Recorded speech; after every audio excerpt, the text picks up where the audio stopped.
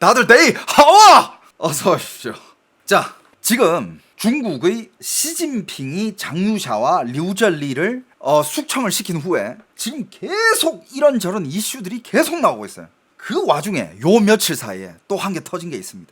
아시는 분들은 아시겠지만 장유샤의, 처음에는 난 이걸 어떻게 봤냐면 장유샤의 옥중 편지로 봤어. 장유샤가 지금 감옥에 갇혀 있으니까 옥중에서 편지를 딱 적어가지고 이거를 딱 밖으로 내보내가지고 이게 전 세계적으로 퍼뜨려졌나? 라고 얘기했는데, 아, 옥중 편지가 아니었어. 옥중 편지가 아니라 이런 거였어. 내가 만약에 잡힐 시 이 문서를 전 세계에 공개해라. 외신을 통해서. 아, 왜냐하면 중국 뉴스는 그거 절대 공개 못 하거든. 지금 여러분들 중국, 와, 나 이거 진짜 소름 돋았어요. 지금 이게 중국의 바이두예요. 바이두가 뭐냐? 중국의 구글이라고 생각하시면 돼요. 그 다음에 여기다가 짱요샤를 검색을 해. 짱요샤를 딱 검색하잖아. 그러면 장유샤에 대한 그냥 간단한 소개. 그 다음에 장유샤가 메인인 기사도 거의 안 올라와 있어. 사진 몇 개 올라와 있고. 그 다음에 장유샤랑 류전리가 규율 위반, 엄중히 위반해가지고 지금 잡혀갔다. 요 정도 기사밖에 안 나와. 근데 지금 전 세계적으로 제일 뜨거운 거는 장유샤의 편지예요. 편지 이렇게 딱 검색하나? 아무것도 안 나와. 진짜 아무것도 안 나와. 그냥 장유샤와 류전리 잡혔다 이거밖에 안 나와. 와, 이거 얼마나 검열을 해놨으면. 이게 지금 전 세계적으로 제일 핫한 타픽인데 중국에서는 이거 완전 그냥 아는 사람은 언급하면 안 되고 모르는 사람은 알면 안 되는 그런 기사가 되어버렸어. 심지어 지금 중국의 제2인자가 잡혀 들어갔잖아요. 그럼 거기 관련된 기사로 수십 페이지가 도배되는 게 그게 정상 아닙니까? 수십 페이지가 도배돼야 돼. 근데 여러분들 이 밑에 보면 이 뭐야, 몇 페이지야 이거? 1페이지. 이게 1페이지거든요. 근데 1페이지 요 밑으로 살짝 당겨가지고 2페이지만 딱 넘어가잖아. 2페이지를 보면 2페이지가 이미 2017년 기사로 넘어가 버려. 2023년. 3페이지도 2023년, 2025년 거, 작년 거 있고. 이거 뭐 9시간 전에 뭐 한 개 나온 거 있네? 이거 뭐야 이거? 그렇지. 이건 뭐 제가 이미 가져온 겁니다. 이거 오늘 제가 다룰 거예요. 해방군보에서 또 기사를 냈어. 아무튼 한국도 안 나온다고요? 근데 한국은 솔직히 이게 수요가 있어요? 아까도 얘기했지만 난 너무 신기한 게 매번 제가 이런 컨텐츠를 다룰 때마다 항상 여러분들한테 얘기해드리는 게 이건 저희 약간 취미생활 같은 거, 중국에 숨어있는 그 암흑한 세계의 기사들, 내용들, 뉴스들, 저 뒷골목에서 흑사회에서 나오는 그런 소식들을 난 그거를 보는 게 되게 취미야. 재밌거든. 파헤치는 것도 분석하는 거 이게 제 취미 생활인데 한국에 그 수요가 있나? 수요가 없으니까 한국 뉴스에서 이거 방송 안 하는 게 아니에요? 근데 저도 이게 수요가 없을 줄 알고 그냥 재미삼아 이걸 얘기를 했는데 조회수가 미친 듯이 잘 나와. 그러면서 저는 너무 궁금한 게 한국 사람들이 이걸 왜 궁금해하지? 한국 사람들이 이걸 왜 궁금해할까? 난 그게 너무 궁금해. 여러분들 이게 왜 궁금해요? 중국의 2인자가 뭐 3인자가 뭐 잡혀가든 뭐 편지를 쓰든 말든 솔직히 이거 관심 없으면 재미가 하나도 없거든. 저랑 똑같다고요? 여러분들도 그냥 취미? 그냥 재밌다고? 그냥 나랑 똑같은 거네? 오케이 알았어. 그러면 오늘 여러분들, 자, 지금 이게 장유샤가 숙청당하고 난 뒤에 이런저런 일이 일어나고 있는데 최근에 제일 핫한 게 장유샤의 비밀 문서예요. 지금 온라인에서 진짜 난리 났어. 이거 지금 중국인들, 해외 중국 커뮤니티에서는 지금 이거 모르는 사람이 없어요. 장유샤의 비밀 문서, 이게 뭐냐, 내가 잡히면 이 편지를 공개하라 라고 누구한테 이거를 미리 얘기를 해뒀어. 장유샤의 어떤 친구라고 합니다. 근데 그 친구가 이제 장유샤가 잡혀갔으니까 야, 지금 이 상황에서 장유샤가 그때 얘기를 해놓은 이 비밀 문서를 지금 전 세계에 공개하는 게 맞겠다라고 판단을 하고 지금 공개를 해가지고 이 지금 문서가 온라인에서 미친 듯이 떠돌아다니고 있어요. 근데 이런 거를 또 오래 봤으면 여러분들도 잘 아시겠지만 이런 거는요 무조건 정말 객관적으로 중립 기여 받고 봐야 됩니다. 일단 함정이 있어요. 무슨 함정이 있느냐, 이 편지가 진짜인지 가짜인지는 지금 이 단계에서는 그 누구도 증명을 할 수가 없습니다. 이게 나중에 장유샤가 풀려나가지고 맞아 그 문서 내가 그때 내 친구한테 말해놨다가 지금 공개하라고 한 거야. 장유샤가 직접 그렇게 말을 하지 않은 이상 이 문서가 진짜인지 가짜인지는 아무도 증명을 못해. 하지만 제가 항상 말하죠. 어차피 중국에서 나오는 이런 소식들, 정말 뒷골목 소식들, 내부 소식들은 그 누구도 진짜인지 가짜인지 증명을 못해. 왜? 일단 중국 정부 측에서 차단을 해버리니까. 그렇다면 우리는 뭘 보면서 판단을 해야 되냐? 지금 이 상황을 봐야 돼. 이 상황을 보면서 이 편지가 나오고 난 후에 중국 정부에서는 어떻게 반응을 하는지, 그리고 또 수많은 전문가들이 분석과 그 다음에 중국의 언론, 그리고 반중국을 하는 그런 언론들에서 나오는 이런 여러 가지 기사들을 보면서 우리가 분석을 해봐야 됩니다. 이 상황에 맞게끔. 오늘 우리가 그걸 할 거예요. 실시간으로. 그럼 여러분들이 제가 평소에 뭐 이런 사건 사고가 한 개 터졌을 때 저는 이런 사건 사고에 대해서, 이런 루머에 대해서, 혹은 이런 찌라시에 대해서 어떻게 접근을 하는지 여러분들이 살짝 엿볼 수 있어요. 코로나 때도 그랬고, 시진핑이 뭐 아파가지고 입원했을 때도 그랬고. 일단 이건 팩트예요. 이 문서가 무서운 게 이게 진짜든 가짜든 이 문서가 던지는 정치적 효과는 이미 발생하고 있다라는 겁니다. 그리고 그 효과의 핵심은 장유샤가 누구 편이냐 이게 아니라 중국 체제가 지금 어떤 공포 위에 서 있냐라는 거예요. 자, 그렇다면 이 장유샤의 비밀 문서에 대해서 우리가 얘기를 좀 해보겠습니다. 제목도 없어요. 그냥 제목이 만약 내가 변을 당한다면 이 편지를 공개해 주시오 라는 그냥 그 문서야. 이거를 제가 원본 문서가 일단 이렇게 있습니다. 원본 문서가 일단 사진을 제가 보여드릴게요. 네, 온라인에서 퍼지고 있는 원본 문서는 요거예요. 이게 원본 문서라고 누가 이렇게 사진을 찍어가지고 올려놓은 게 이게 이렇게 퍼지고 있는데, 보면 이제 여기 막 이런 거 저런 내용들이 적혀져 있어요. 그리고 이 문서에는 적어 놓은 게 이거를 장유샤가 직접 이걸 썼다 이게 아니야. 장유샤는 여기에 관련된 다양한 얘기를 한 적이 있고, 장유샤의 지인이 이거를 받아 적어가지고 정리했다라고 돼 있어요. 그러니까 장유샤가 이걸 친필로 막 쓴 게 아니야. 내가 잡혀가면 이게 뭐 어떻게 되고, 아니야. 그냥 이런 관련된 얘기를 지인이랑 얘기한 적이 있는데, 지인이 그날 장유샤가 한 얘기를 다 싹 다 정리를 해놨다 이거예요. 한 장이냐고요? 아니에요, 여러 장이에요. 자, 그럼 봅시다. 내용은 이렇습니다. 만약 내가 무슨 일을 당하게 된다면 이 편지를 공개해 주십시오. 나를 잡는다면 분명 더 많은 사람들이 함께 잡혀갈 것입니다. 우리가 무슨 불법이나 기율 위반을 저질렀기 때문이 아닙니다. 오직 하나의 이유. 나는 시진핑 동지가 이해하는 중앙군사위원회 주석 책임제에 대해 다른 견해를 가지고 있기 때문입니다.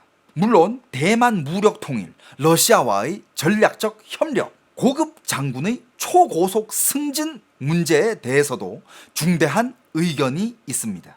이러한 의견은 당내와 군 내에서 원래 정상적인 현상이어야 하며 과학적 방식과 민주 집중제를 통해 대하고 해결해야 합니다. 그러나 지금 보아하니 그는 특별한 방식으로 이 문제를 해결했습니다. 나는 시진핑에게 말하고 싶습니다.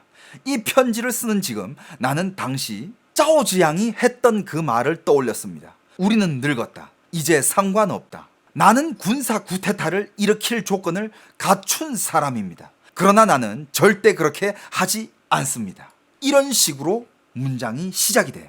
자, 일단 내용을 한번 이렇게 쫙 훑으면서 중간중간에 제가 약간 주석을 달듯이 주석을 달면서 지나가겠습니다. 그리고 맨 마지막에는 다양한 전문가와 언론들이 분석들을 가지고 와서 대비를 해볼 거예요.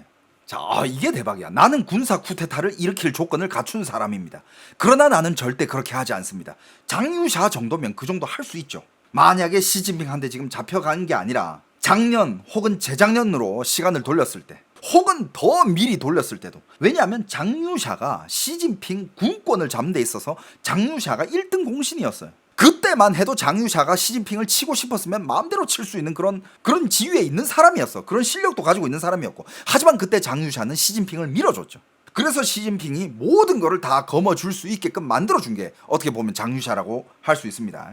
하지만 장유샤는 쿠데타를 일으키지 않았다고 합니다. 왜냐? 여기 또 본문으로 들어갑니다. 움직임이 너무 크고 한번 통제 불능이 되면 국가는 내전에 빠질 것이며 가장 먼저 피해를 입는 것은 쌍방의 무고한 병사들입니다. 나에게 비상식적인 수단을 사용하더라도 나는 저항하지 않을 것입니다. 시비와 정의는 사람들이 마음속에 저울이 있고 역사 또한 분명히 기록할 것이라 믿습니다. 나는 마음이 매우 평온합니다. 이 글을 남기는 것은 시진핑 동지가 스스로를 돌아보기를 바라는 마음에서입니다. 당신은 이겼습니다. 그러면 품위가 있어야 하고 선을 넘지 말아야 합니다. 일을 그렇게까지 절멸적으로 하지 마십시오. 머리 위 석자에 신명이 있습니다. 그러니까 누군가는 너를 하늘 위에서라도 너를 바라보고 있을 것이다 라고 말을 하고 있죠. 이 제공자에 따르면 장유샤는 자신이 시진핑에게 체포될 가능성을 인식하고 있었고 이에 이런 밀서를 준비해 왔다라고 얘기를 합니다. 그리고 해외 언론을 통해 공개하도록 했다라고 말을 해요. 장유샤가 이제 이거를 잡히기 전에 내가 잡힐 것을 감안하고 잡힌 후에 그 상황에 대해서 그걸 감안하고 쓴 걸로 이렇게 얘기를 하고 있는데 과연 이게 진짜인지 가짜인지는 우리가 계속 이 내용을 좀 더 봐야 돼요. 자, 계속 본론으로 돌아갑니다. 본문으로 돌아갑니다. 내가 확실히 말할 수 있는 것은 만약 나를 체포한다면 그것은 반드시 쿠데타 방식일 것이며 서너 명이 밀실에서 공모하는 형태일 것이고 중앙정치국 집단 토론을 거치지 않을 것입니다.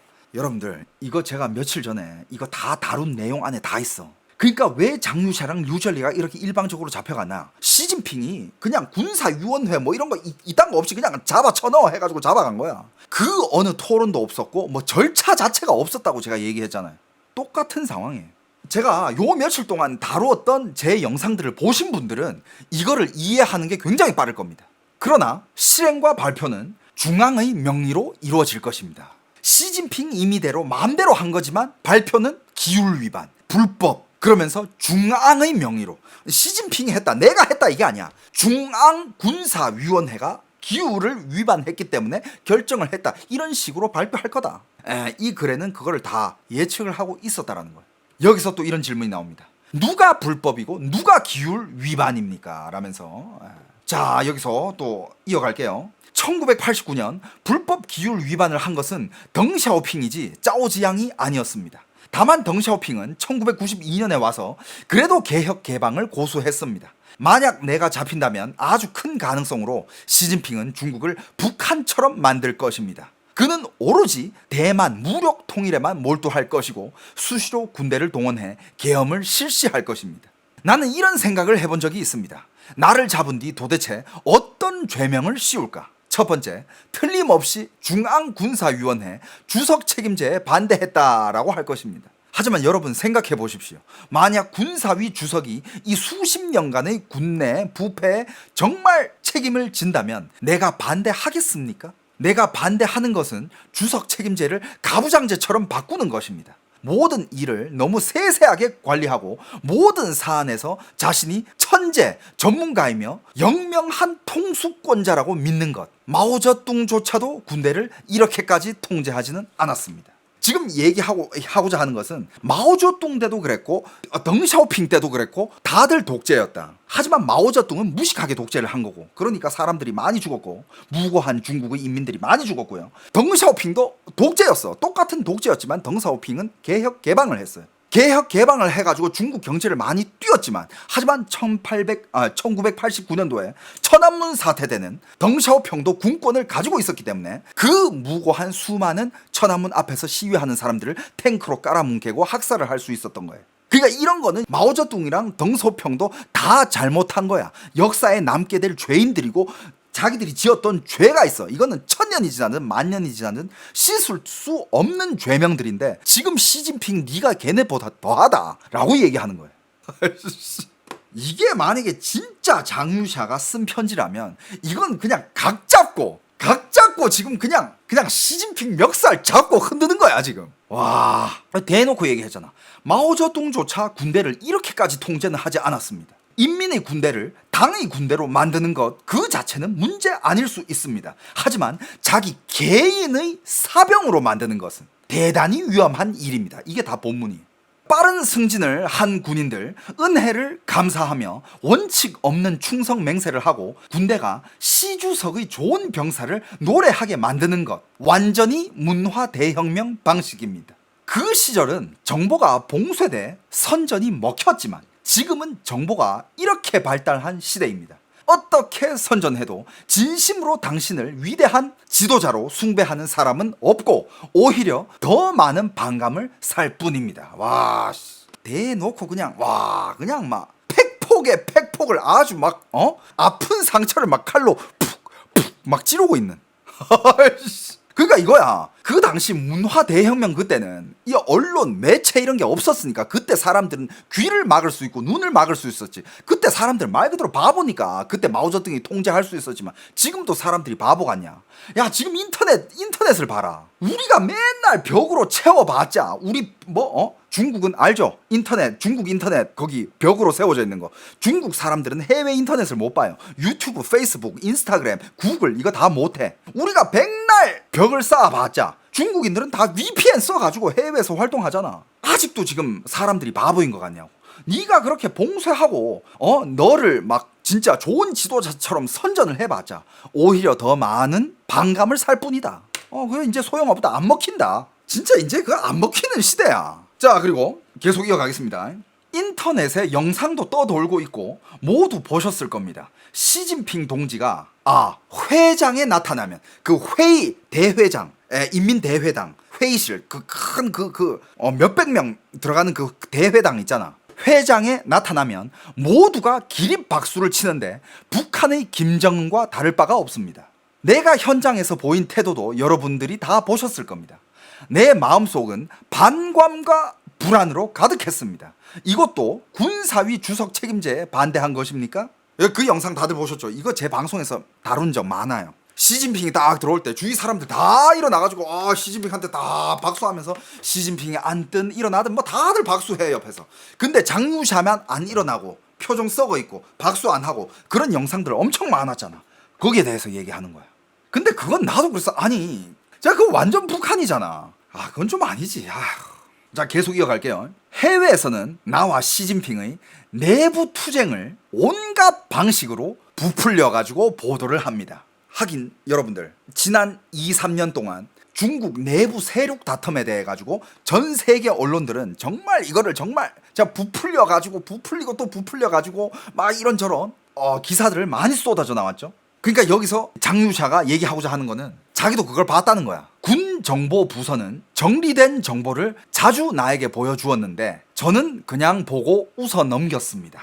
만약 내가 잡힌다면 문제는 우리 제도에 있습니다. 제도를 바꾸지 않으면 누구든 다음 피해자가 될 수 있습니다. 당의 리더십이란 최고 지도자가 모든 것을 세세히 통제하는 것이 아닙니다. 인민과 함께 법칙과 전략을 정하고 모든 당원이 이를 준수하는 것입니다. 군대의 당에 대한 지도도 마찬가지입니다. 군사위 주석 책임제란 집단 지도 아래에서의 주석 책임입니다. 전쟁 시에만 군사위 수장이 3군 통수권자입니다.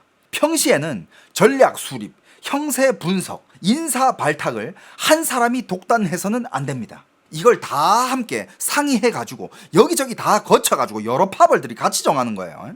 이 점에서 시진핑 동지와 나의 갈등이 발생했습니다. 시진핑은 다 혼자 하려고 그랬으니까. 시진핑이 이 문서 봤을 거냐고요? 시진핑 이 문서 여러분들 전 장담합니다. 200% 봤어요. 안 볼 리가 없어. 지금 해외 커뮤니티에선 지금 이거 난리라니까. 해외 중국 관련 언론에서 이걸 안 다루는 곳이 없어. 난리예요 지금. 중국 내부만 저렇게 다 차단돼 있고, 물론 뭐 한국에서도 이거 뭐 기사 뭐 딱히 안 나오던데. 한국에서도 나는 한국에서 기사가 안 나오는 거는 그냥 뭐 한국 사람들은 여기에 관심이 없으니 뉴스도 시청률 따져야 되잖아. 이거 굳이 다뤄서 뭐 하냐 싶어서 한국에서 안 다루는 게 아닌가라고 제 개인적인 생각입니다. 자, 계속 이어나갑시다. 더 심각한 문제는 그가 마음속 깊이 전쟁을 원하고 있다라는 것입니다. 그는 자신이 직접 거대한 전쟁을 지휘하고 싶어 합니다. 이건 팩트야. 왜냐하면 시진핑은 내는 발표 문서마다 회의 구호 이런 것들을 정해진 게 이 세대 문제는 우리 다음 세대에 물려주지 않겠다라고 항상 강조해왔어. 그 뜻은 즉 뭐냐? 자기 세대에서 이 전쟁 끝내겠다는 뜻이에요. 시진핑이 내려가기 전에 대만 무력으로 대만을 통일하는 거, 그걸 우통이라고 하거든요. 대만 무통은 그 전쟁은 내 세대에서 끝내겠다 이거야. 남중국해 충돌, 특히 중국 인도 국경 분쟁은 전혀 필요 없는 일이었습니다. 나는 전쟁을 겪어본 사람입니다. 지도자가 전쟁을 일으키면 수많은 병사들이 목숨을 잃고 얼마 지나지 않아 양국 지도자는 다시 웃으며 악수하고 동지 형제가 됩니다. 전쟁의 팩트가 이거예요. 오늘 피 터지게 싸우지만 나중에 합의하고 나중에 저떻게 또 이렇게 합의가 되고 이러면 악수하면서 우리 이제 싸우지 말자 이렇게 하잖아. 그 지랄을 하면 그 밑에 싸우다가 죽은 병사들은 그건 누가 보상해 줄 건데. 여러분들 지금 우크라이나랑 러시아 전쟁 중이잖아요. 그 수많은 수십만의 죽은 병사들, 나중에 만약에 우크라이나랑 러시아가 합의 보잖아. 그럼 결국에는 러시아랑 우크라이나 정상들이 악수할 거야. 그래, 오늘부터 우리 싸우지 맙시다. 그래, 우리 이거 합의하고 오케이, 우리 잘 지냅시다. 장난해? 그 밑에 죽은 병사들은 니들 그 악수 한 개로 그냥 끝이야? 그걸 얘기하고 있는 거야. 그럼 말이 안 되잖아. 장유샤도 하는 말이, 나는 전쟁을 겪은 사람입니다. 지도자가 전쟁을 일으키면 수많은 병사들이 목숨을 잃고 얼마 지나지 않아 양국 지도자가 다시 웃으며 악수하고 동지 형제가 됩니다. 이게 사람으로서 할 짓입니까? 딱 적어놨어, 이 문사에. 자, 계속 봅시다. 당시 장유샤는 실제로 전쟁 경험이 있어요. 옛날에 그 중국이랑 월남 베트남 전에서도 장유샤 갔었고 실제로 실전 경험이 있습니다. 당시 나와 함께 전투했던 병사들과 장교들이 전사했고 그들은 모두 현지에 묻혀 있습니다. 그들의 부모와 형제들은 한 번 얼굴을 보러 가고 싶어도 노잣돈조차 없어 갈 수 없었습니다. 평화시대에 이런 비극을 만들어낸 것, 이것은 덩샤오핑의 죄업입니다. 많은 사람들이 모르겠지요. 덩샤오핑은 자신의 권력이 무엇보다 우위에 있도록 하기 위해 1982년에 헌법을 개정했고 그제서야 이런 군사위 주석 책임제가 생겼습니다. 마오 시절에는 이런 제도가 없었습니다. 덩샤오핑은 이를 결코 선전하지는 않았습니다. 그러니까 밝히지는 않았다 이거야. 그는 이런 개헌이 자기 개인의 극적인 권력, 극권을 위한 것임을 알고 있었기 때문입니다. 당시 군사위에서 양상쿤 등 몇 사람이 도와 이를 성사시켰습니다. 덩샤오핑이 개헌했고 시진핑이 개헌했습니다. 사실 모두 중요 인물들이 미리 정해 놓은 것을 정국인대가 울며 겨자 먹기로 통과시킨 것입니다. 정치국에서 이미 정해 놓은 사안인데 누가 손을 들지 않으면 잡아갔습니다. 이후 덩샤오핑이 후야오방을 제거하고 자오지양을 제거할 수 있었던 것도 장안대로에서 탱크를 몰고 인민에게 총을 쏘며 진압할 수 있었던 것도 모두 중앙군사위 주석 책임제라는 제도가 그에게 최고 권력을 부여했기 때문입니다. 덩샤오핑은 실제로 그때 권력을 쥐고 있었어요. 그렇기 때문에 이런 거를 되게 쉽게 할 수 있었어. 그 당시 천안문 앞에서 시위하던 사람들을 총을 쏘고 탱크로 깔아뭉개라는 명령을 내린 거는 덩샤오핑인데 거기에 반대하는 군인들이 엄청 많았습니다.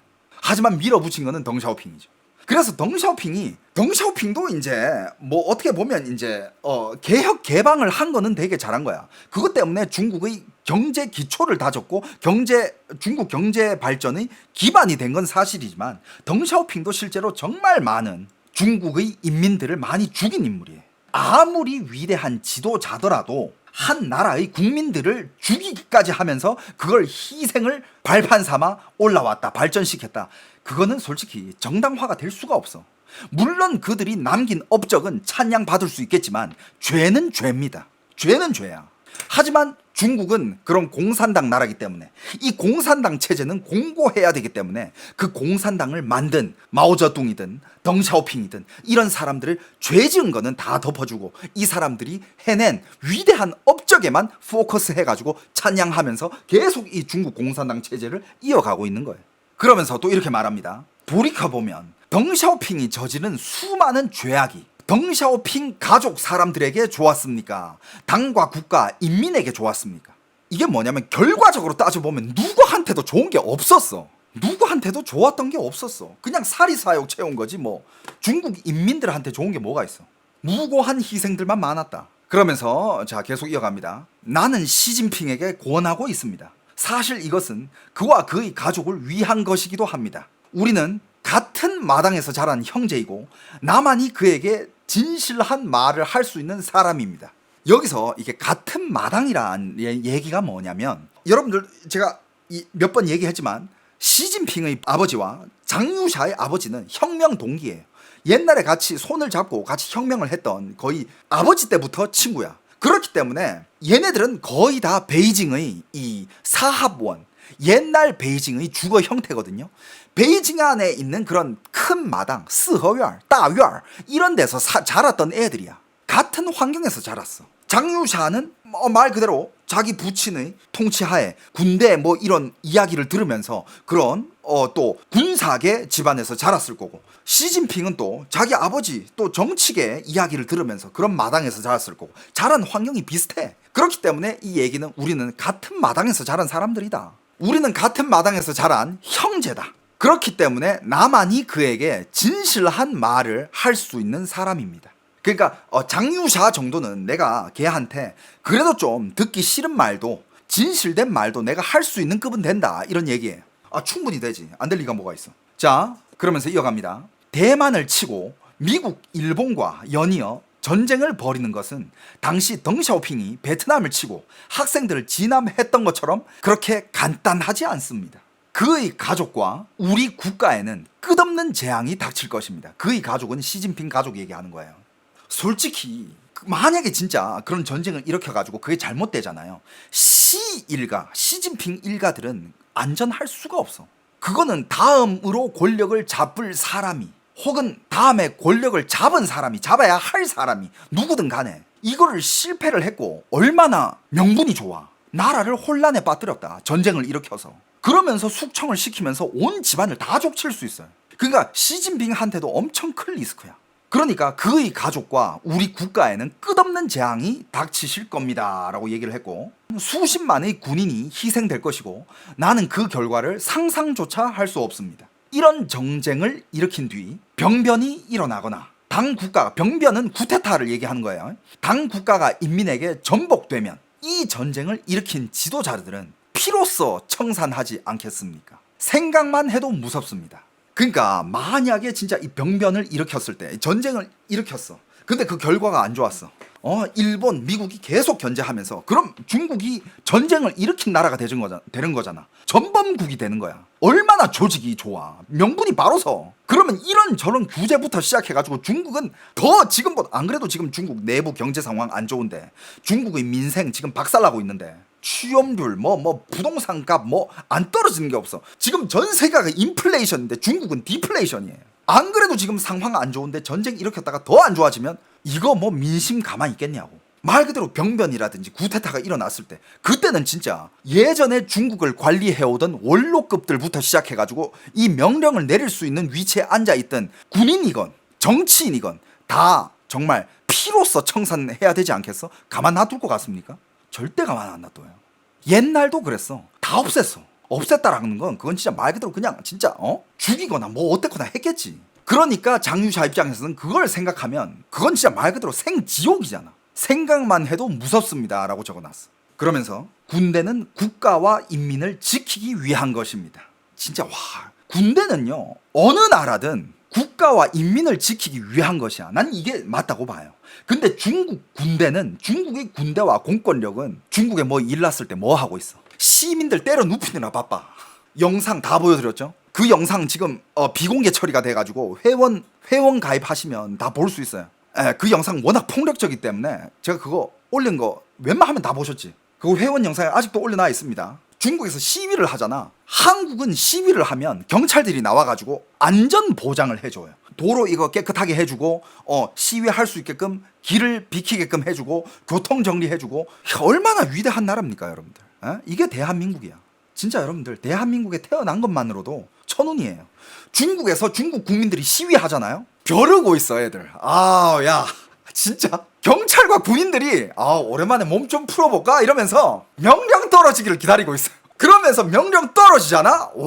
살벌하게 뛰쳐나가가지고 막 패. 진짜 영상에 다 나와 있어요. 내 그냥 하는 얘기가 아니라니까. 인민을 지키기 위한 것인데. 근데 중국은 아니죠. 자, 군대는 전쟁을 하기 위해 존재한다는 인식, 이것은 심각한 오류입니다 라고.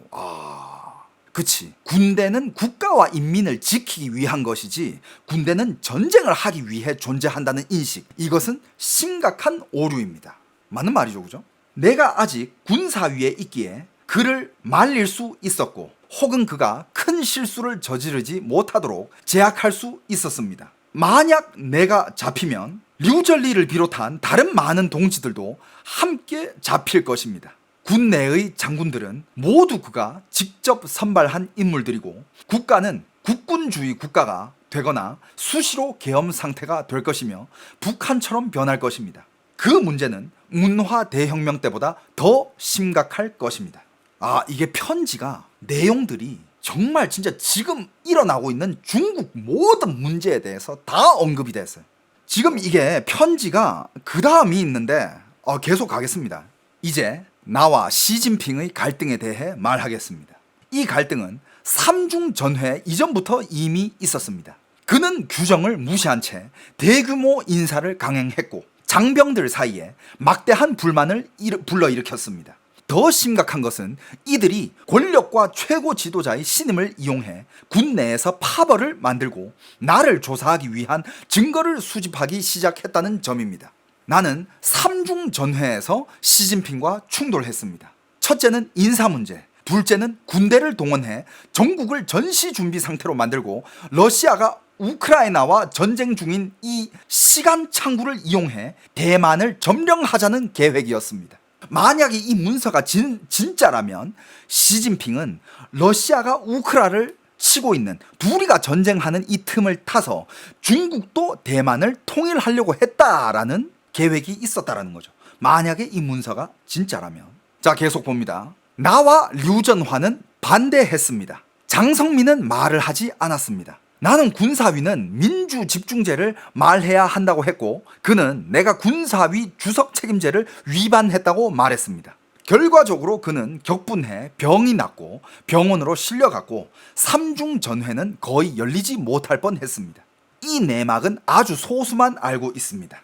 근데 여러분들 이때 시진핑이 그 301 병원인가 막 그때 입원했다 말았다라는 그런 추측성 기사들이 엄청 쏟아졌어요. 왜냐하면 그때 구급차가 새벽에 그게 울렸고 그때 무슨 저쪽 상하이 쪽에 있었나 뭐 아무튼 전국에 있었던 2명의 전문가가 그러니까 그쪽 의술 분야의 최고 전문가가 새벽에 베이징으로 소집이 됐다라는 그런 기록이 있었거든요. 근데 이런 전문가를 그 새벽에 전국에서 새벽에 소집할 수 있는 사람이 누가 있냐 이거야. 그러니까 이것도 추측해본 결과 야 그건 뭐 시진핑 아니면 서열 한 탑10 정도는 돼야 그런 권력이 있지 않아? 이런 얘기가 나왔던 거예요. 그러면서 상무위원들은 혼란에 빠졌고 이 때문에 원로들이 나서서 조율했습니다. 이후 해외에서 베이다이허 합의가 나왔는데 주요 내용은 사실입니다. 이게 뭐냐면 이후에 해외에서 그 베이다이허 관련돼서 회의 뭐 이런 거 그때 여러 가지 기사들이 쏟아져 나왔는데 그게 거의 사실이었다라는 거야. 무슨 내용이 있었냐면 자 저번에도 다뤘는데 계속 시진핑의 뭐 권위 시진핑의 1인 지도 체제 시진핑의 이렇게 하다가 그때 구호가 바뀌었어. 분위기가 완전 바뀌었어요. 자 계속 원문을 보겠습니다. 첫째, 시진핑은 21차 당대회에서 연임하지 않기로 동의했습니다. 둘째, 당과 국가의 안정과 안정을 위해 권력을 적절히 분산하기로 했습니다. 그때 약간 집단 지도 체제가 다시 나왔잖아요. 구호에. 그때 모든 이 중국의 내부 움직임, 중국의 정계, 군사계 이런 공기 흐름이라 그래. 그 공기 흐름을 읽는 전문가들이 있어. 걔네들은 그때 바로 읽었어. 구호가 바뀌었으니까. 계속 시진핑의 1인 체제 구호를 외치다가 갑자기 집단 지도 체제 구호로 바뀐 거야. 이거는 뭔가 문제가 있다. 이거 제가 방송에서 다뤘습니다. 그때도 다뤘고 며칠 전에도 다뤘어요. 그러면서 기사가 많이 쏟아져 나왔죠. 그때부터 뭐가 더 진해졌냐. 시진핑의 권력이 움직이고 있다. 흔들리고 있다. 그러면서 더 센 애들은 시진핑 이미 인형 신세다. 인형일 뿐이다. 아무 권력을 쥐고 있지 않다. 이런 얘기까지 나온 거야. 왜냐? 시진핑 1인 체제로 가다가 갑자기 집단 지도 체제? 말이 안 되잖아. 이후 중앙결책조정기구를 설립한 것도 최고 결정이 중대한 오류를 범하지 않도록 하기 위함이었습니다. 삼중전회 이후 원로들이 더 많이 움직인 것도 모두 군부가 고위 권력의 균형을 유지하고 있었기 때문입니다. 그런데 문제는 어디서 생겼습니까? 사이치, 리창, 정치국 상무위원들 모두 시진핑이 직접 발탁한 인물들입니다. 그들은 시진핑에게 의존하지 않으면 권위가 존재하지 않기 때문에 한 사람의 극권을 더 선호합니다. 그러니까 그때도 시진핑의 라인들이 있었지. 시진핑의 그 라인들은 이 차이치, 리창 유명해요. 그 라인들은 시진핑이 흔들리는 순간 걔네들도 똑같이 이제 양로하러 가는 거야. 시진핑 라인들은 만약에 그때 시진핑이 끝났으면 걔네들 그 라인들도 그냥 뭐 양로원으로 이제 가는 신세였기 때문에 걔네들은 이 시진핑의 라인을 꽉 붙잡고 있었지.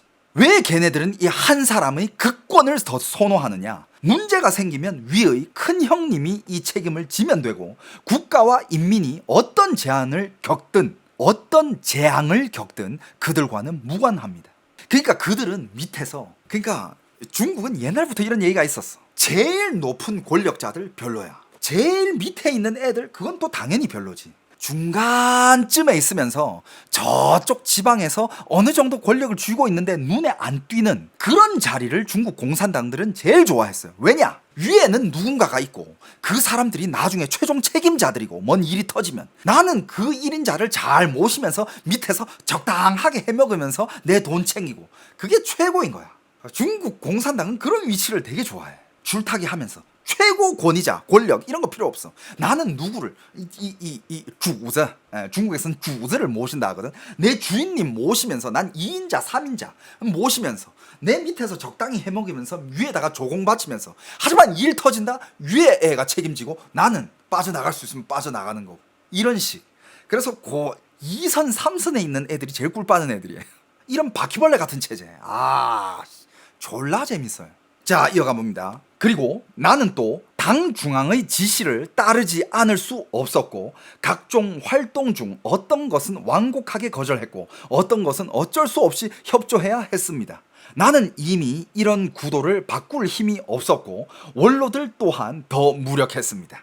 그들은 결국 나에게 손을 대려 했고 극히 높은 가능성으로 원로들 중 누구도 나를 지지해 시진핑을 잡아 쿠데타를 일으키지는 않을 것입니다.